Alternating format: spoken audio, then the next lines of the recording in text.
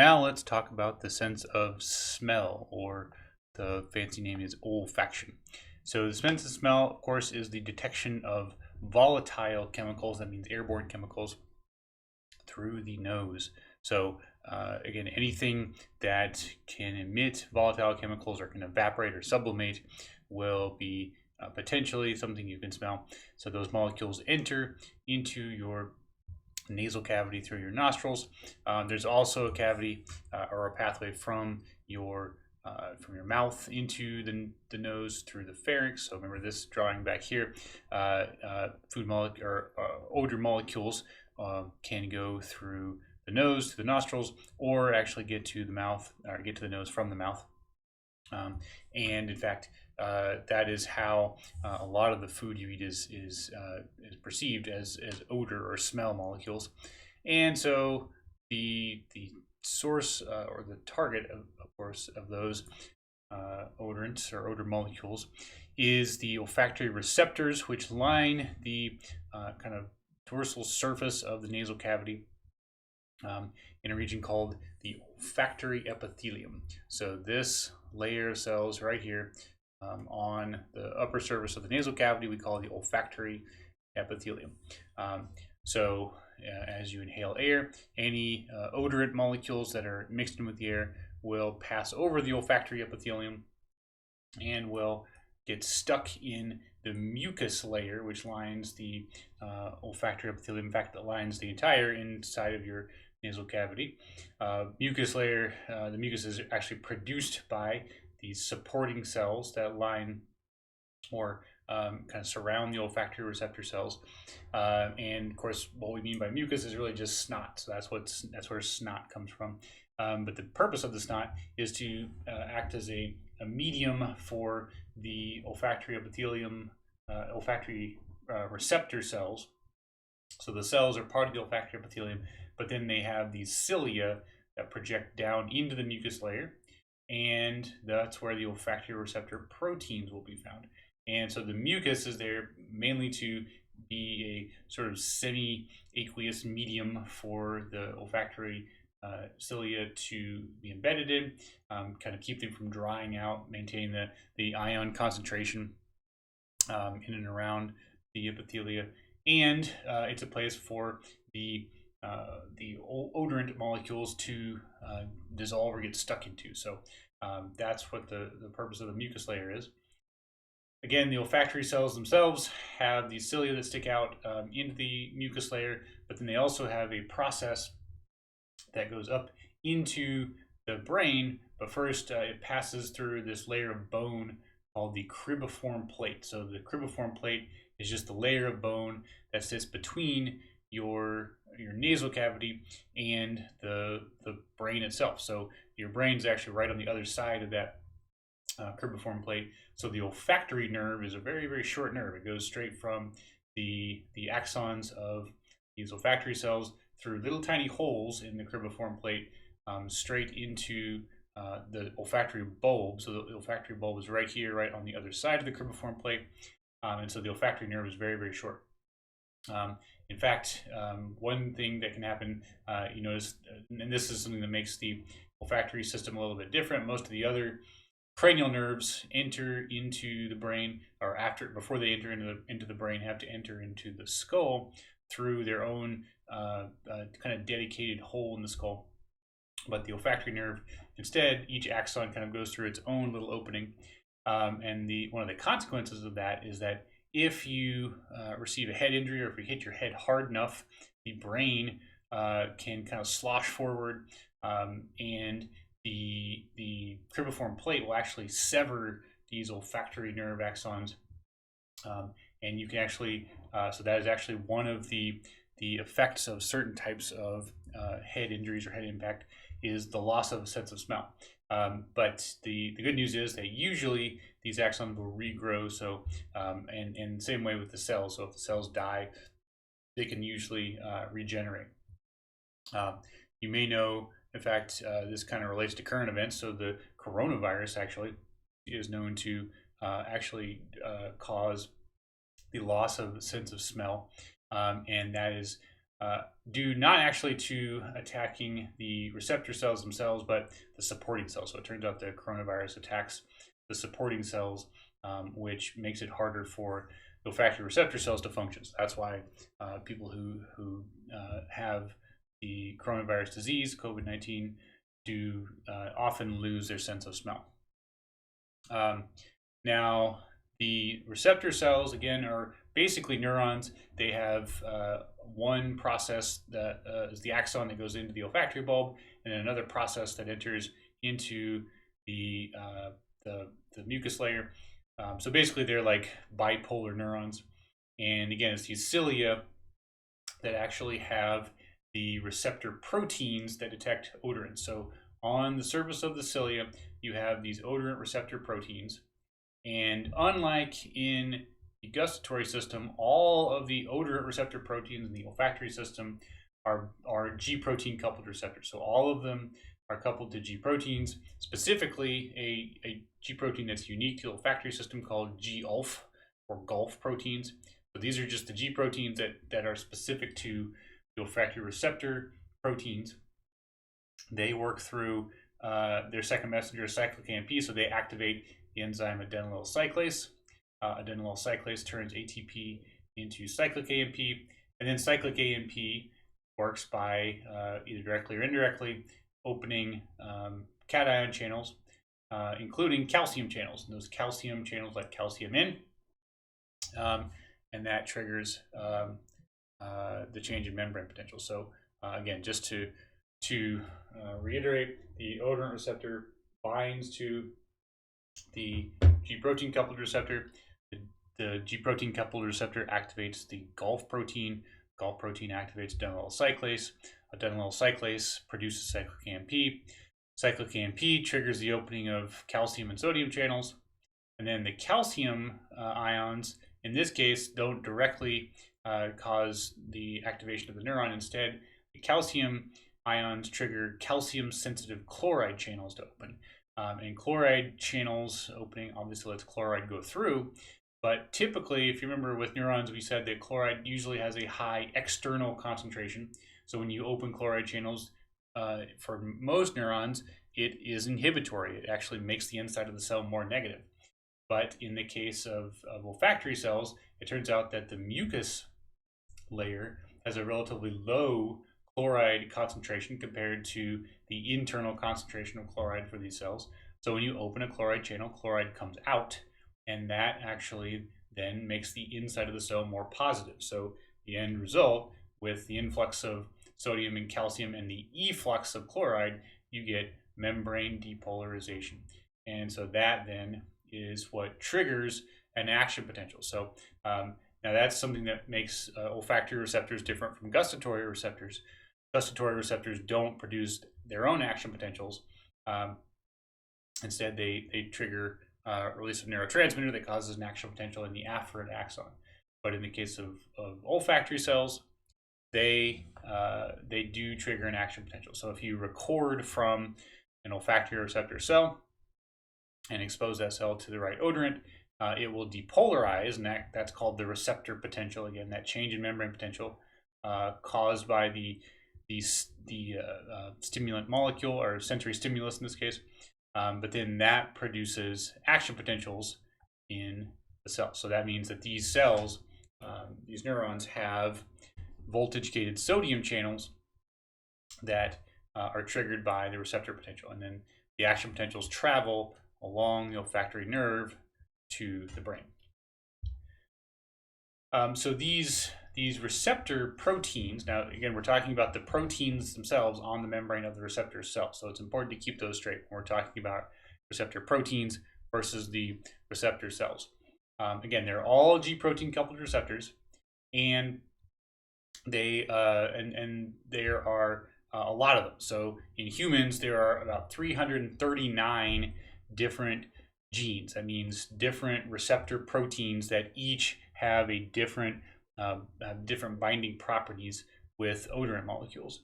Now that's a lot when you consider, the human genome, for example, has about 20,000 genes in it, roughly.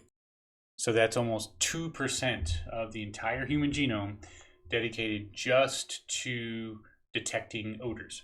And so each receptor cell only expresses one receptor protein. So each olfactory receptor neuron in the olfactory epithelium expresses one and only one of those 339 receptor proteins.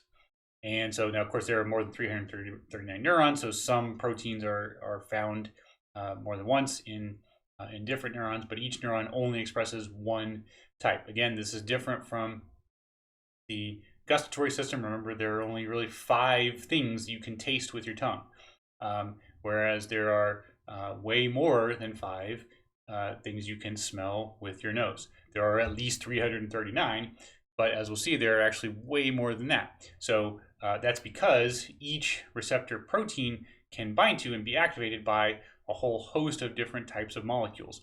And so again, each odorant molecule activates a different group of cells. So for example, citrus, the scent of citrus is associated with this molecule right here. So this molecule, which is or molecules like it that are released by citrus fruits like lemons and oranges and things, activates some cells in the olfactory epithelium. So here, what this diagram suggests is that these cells in green seem to really respond to the citrus odor, and the cells in blue also have a little bit of a response. So that means that this molecule binds to the G protein coupled receptor on these green neurons, and also a little bit to the blue neurons as well, but not so much to the red ones. Meanwhile, a so-called floral odor is usually associated with this molecule. And so this molecule also binds to some of those receptors on the green cells, but even better to the blue cells, and a tiny bit to the red ones. Peppermint, meanwhile, this is the molecule that we associate with the scent of peppermint. Also activates those green cells. Doesn't really activate the blue cells all that much, but really activates the red cells. Finally, here we've got an example of a fourth odor, the scent of almond. In this case, we're saying in this experiment didn't activate the green cells at all. Only activated the blue cells a tiny bit, but really activated the red cells. So again, each receptor can be activated by many odors. So the green cells, for example, respond to citrus and floral and peppermint, and just not to almond. Whereas the blue cells prefer citrus and floral and a little bit to peppermint and almond, whereas the red cells really prefer peppermint and almond exclusively. So this is another example of population coding. So in other words, the brain knows, or the brain perhaps would perceive the scent of citrus if these cells, the green and blue cells, were active at the same time. Whereas the scent of floral, if all 3, the green, the blue, and the red, are activated at the same time. Whereas peppermint would be perceived if the green and the red cells are activated at the same time. Whereas almond scent would be perceived if just the red cells were active. So it's the combination of neurons that gets activated that tells the brain what the odor actually is. And importantly, these receptors are randomly distributed throughout the epithelium. So you have across the olfactory epithelium, again, 339 different types of neurons, each of which has its own protein. So, and of course, here we've just got 3 cells. So you have to imagine 339 different types of cells, and all the combinations that can exist with that. And it turns out that these receptor proteins bind to lots of molecules, but what they're really binding to are just, or usually are specific for, are certain functional groups within those molecules. So this is just to give an example. These are different types of molecules. These are called the aliphatic acids, which just means they're long chains of hydrocarbons with the carboxylic acid groups at the end. And this kind of describes the odor quality of all these different molecules. So what they're calling here a sour odor is associated with all of these molecules, whereas these are called aliphatic alcohols. So instead of a carboxylate group at the end, they have an alcohol group at the end. And these all have what's being described as kind of a sweet odor. But again, there's even slight variations with each one. So what that means is that each one of these, even though they're very similar to each other, bind a slightly different combination of those receptor proteins, and so each one gives a slightly different scent. And then again, down here we have a bunch of different functional groups and the different kinds of smells they're associated with. So again, carboxyl groups give us molecules with a carboxyl group tend to have a sour odor. Aldehyde groups give an oily odor. Amino groups give a fishy odor, and so on and so forth.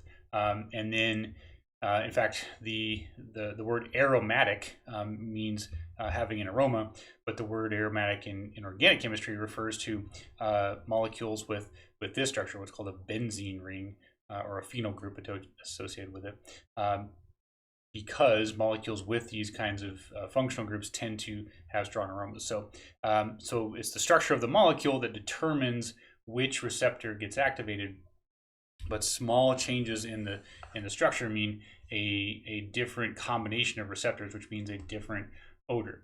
And so this is why there's only 5 different things you can taste with your tongue, but there's way more than 5 things you can smell with your nose, way more types of molecules. And again, that makes sense because with your tongue, you're only really interested in what's in your mouth, which hopefully is food. And if it's not food, or if it's something that's bad for you, you just don't eat it. Whereas with smell, you're not just trying to detect food, you're also perhaps detecting something that's dangerous or something to be avoided. So that's why there are probably way more things we can smell. Also, it's worth pointing out, you may think, well, but there are way more flavors I can taste from food than just 5 things. And the reason is oftentimes when you're tasting certain flavors from food, you're not really tasting them with your tongue, you're really smelling them. Because again, like we said, there's a pathway from your mouth to your nose through the pharynx. So food that's in your mouth, as you chew it, releases volatile chemicals, and those can actually leave your mouth and enter into your nasal cavity through the pharynx. So a lot of times when you're eating food and you're tasting something other than those 5 tastes, sour, sweet, salty, and bitter, and umami, you're actually smelling flavors. So things like chocolate, for example, you don't really taste chocolate with your tongue, you smell it with your nose, even while you're chewing it. And again, that's why there are way more than just 5 flavors associated with food, but those are really scents, not actual tastes. So just like with the gustatory system, which has the central taste pathway, there's a central olfactory pathway. But it's pretty short because the connection from the olfactory epithelium to the brain is just these axons that come straight out of the olfactory cells, receptor cells, and go straight into the olfactory bulb, which is right on the other side of that cribriform plate. Now, in humans, the olfactory bulb is pretty small. So it's just this little, there's 2 of them. There's one on each side of the brain, left and right, that is just a little tiny bump. In other mammals, especially like rodents and other animals that depend more on their sense of smell, the olfactory bulb is much, much bigger. It takes up, in fact, in some cases, close to like a third of brain volume. But the layout of the olfactory bulb is the same. So again, these olfactory receptor cells have axons that go through the cribriform plate. They form a very short olfactory nerve, and then they enter the olfactory bulb and synapse directly onto second-order olfactory neurons. So these are neurons whose cell bodies are actually inside the olfactory bulb. But then they synapse with the second-order olfactory neurons in these sort of bundles of synapses. So these second-order neurons form these big bushy dendrites that then, and each of those terminal synapses with a different olfactory receptor cell in this big bundle called an olfactory glomerulus, So the olfactory bulb is defined by these olfactory glomeruli, which are really just bundles of synapses between the olfactory receptor cells and the second order olfactory neuron. So each second order olfactory neuron synapses with usually hundreds of olfactory receptor cells. However, for any given glomerulus, all of the olfactory receptors it synapses with have the exact same olfactory receptor protein. So again, if we've color-coded our olfactory receptor cells down here, each color may represent a different olfactory receptor protein, which means each one detects a slightly different combination of molecules. But if they all have the same receptor protein, then they're all going to synapse onto the same olfactory glomerulus, which means there is one olfactory glomerulus and therefore one second order olfactory neuron in the olfactory bulb that is going to be associated with each olfactory receptor protein. So if there are 339 different olfactory receptor proteins, then there are 339 different olfactory bulb neurons that receive information from 339 different glomeruli. But each glomerulus is a connection with, again, many hundreds of olfactory receptor cells, but all of the cells would have the same receptor protein. And this is actually what that looks like. So this is a picture through a rat olfactory bulb. Again, this is a cross-section, but these are proportionally much bigger in rats than they are in humans. And what they've done here is this is actually a genetically modified animal, which means that they've modified it so that the protein that is associated with one particular olfactory receptor cell, so just one olfactory receptor protein, has been modified so that in addition to expressing the receptor protein, it also expresses a different protein which would not normally be present in these cells. So it's a bacterial protein called beta-galactosidase, and that protein you can when you take a piece of tissue. So here over here, this is the olfactory epithelium, and they've just sort of dissected it out from the rat nasal cavity after it was killed, of course, and then used that enzyme by applying a substrate that, when reacting with the enzyme, turns blue to visualize wherever that protein is. And so here you can see these dark little flecks down here. These are the olfactory receptor cells themselves. So those are the cells in the olfactory epithelium that have this protein. And then you can see these blue streaks. These are the axons coming out of those cells, and you can kind of see they're all converging at this one location right here, and that's the olfactory glomerulus. So that's where all those axons are ending up. It's just a way to visualize. And then you can see in the olfactory bulb, here's a rat olfactory bulb where they've taken the cross section, again applied this dye that reacts with the enzyme, and so they can see which glomerulus has it. So this spot right here, that's the glomerulus for one particular olfactory receptor protein. And there's one on each side, of course, a left and a right. And so for every olfactory receptor protein, you would see a different glomerulus somewhere surrounding the olfactory bulb for that protein. And so that's how kind of each different receptor protein gets organized. Now, the central pathway to the brain is kind of unusual for the olfactory system. Again, it's a pretty short trip from the olfactory receptor neuron or olfactory receptor cell into the olfactory bulb, the second order olfactory bulb neuron. And then those neurons have axons that enter into the brain, and they branch. One branch ends up going to a region in the ventral forebrain called the olfactory tubercle. The olfactory tubercle is just a structure in, again, the ventral forebrain that has neurons that get input from the olfactory bulb.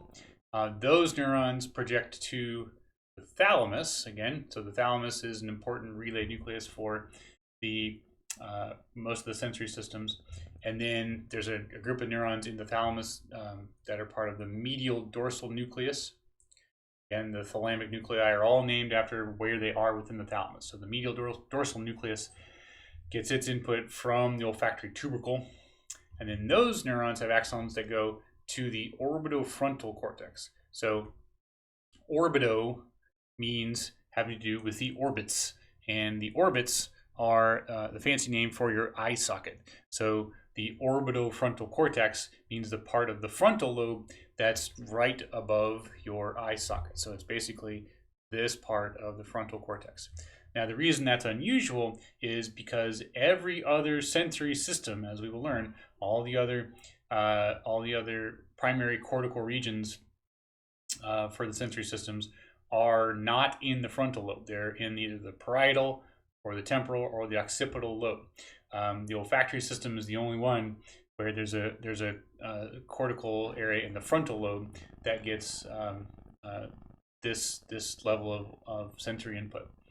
However, there's another region that's so these olfactory bulb neurons have another branch that goes to a region of the temporal lobe that we actually call the olfactory cortex. So even though the orbitofrontal cortex gets its input from the thalamic nucleus that is associated with the olfactory system, we don't call it the olfactory cortex. There's a region in the temporal lobe that we call the olfactory cortex. And so that's actually unique to the olfactory system. Every other sensory system has a nucleus in the thalamus that it is linked to, that then communicates with a primary cortical region in some other area other than the frontal cortex. But the olfactory system has a connection directly to the olfactory cortex, which is in the temporal lobe, that does not pass through the thalamus. So that's one thing that's unique about the olfactory system. It has a direct connection to its primary cortical area that is not does not use the thalamus as a relay. And then, of course, again, with the olfactory system, as with the gustatory system, it's the olfactory cortex where conscious perception of an odor actually occurs. And then the last thing to say before we finish talking about the chemical senses is to talk about the idea of pheromones. So we've said so far that the olfactory system is useful for detecting food. It could be useful for detecting maybe predators or other threats, and it can be useful for detecting members of your own species. But a lot of animals actually have a completely separate system for detecting chemical signals from members of their own species. In fact, it's a whole separate kind of chemical communication system. And so any chemical that's released by an animal with the purpose of being detected by another member of the same species, we call a pheromone. So again, these are chemicals that are not necessarily just incidental chemicals that come from one's skin or sweat glands. These are chemicals that come from specific pheromone glands that are emitted either directly from the skin. Sometimes these are glands associated or that secrete their pheromones along with urine or feces, and so they're used to sort of mark territory sometimes. But they're released explicitly as chemical signals to other members of the same species. So pheromones are used by lots of animals. Sometimes they're used to communicate fertility. So females will release pheromones to alert males that they're fertile. Or sometimes they're used to, again, mark territory. So some animals, if they protect territory from other members of their species, they might lay down chemical scents in the form of urine to warn other members to stay away. And so chemicals that are released this way are usually volatile, and they are detected in the nasal cavity, but not by the olfactory epithelium. So again, the olfactory epithelium specifically detects olfactory signals or odors, but pheromones actually are detected by a separate structure in the nose called the vomeronasal organ. So the vomeronasal organ is usually found in the floor of the nasal cavity, whereas the olfactory epithelium is found more in the roof. So this is a cross section through a rat skull, and here is the vomeronasal organ, and over here is the olfactory epithelium. They're calling it the medial olfactory epithelium. That's what the M stands for. And so it's in a completely different place than the vomeronasal organ. So when an animal is detecting pheromones with the vomeronasal organ, a lot of times they will lift up their upper lip and kind of pull back or expose their top teeth, and that basically, the idea is presumably that directs airflow down toward the floor of the nasal cavity instead of toward the roof of the nasal cavity. And again, they do this when they're detecting pheromones being released by another member of the species. So the vomeronasal organ works pretty much the same as the olfactory bulb or olfactory epithelium, because the cells in the vomeronasal organ are very similar to the olfactory receptor neurons in the olfactory epithelium, and they have G protein coupled receptors just like the odorant receptors. The other difference is that the central pathway for the vomeronasal organ receptors is to a region of the brain called the accessory olfactory bulb. So the accessory olfactory bulb is next to the olfactory bulb, the normal olfactory bulb, but it again specifically is there to process pheromones. Now, of course, the question is, do humans have a pheromone system? And the jury's kind of out on that, because there is a structure in the human nasal cavity that we call the vomeronasal organ. It's called the word vomer refers to one of the bones that make up the nasal cavity, but that's close to the septum. The septum is the bone that separates the left nasal cavity from the right nasal cavity. But there is a region of the nasal cavity that is equivalent to the vomeronasal organ in other mammals. The question, and it's much smaller than the olfactory epithelium. The question is, do humans actually produce pheromones, and then do humans communicate with pheromones? And that's a tougher question to answer, because there haven't been any really definitive studies that show that humans are able to either produce or detect pheromones from other humans. If you kind of Google research about that, you'll find a lot of different sort of conflicting answers to that question.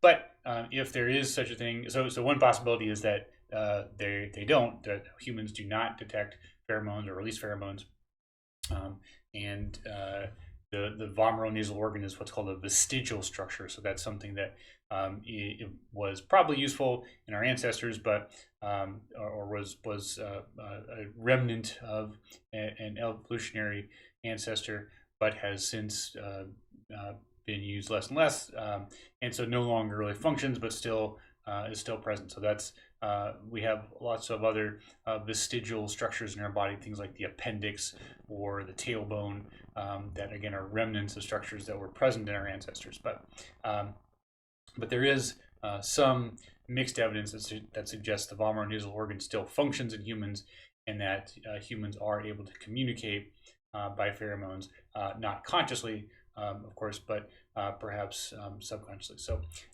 anyway, that is all we have to say about the chemical senses. So next time we will talk about the other sensory systems.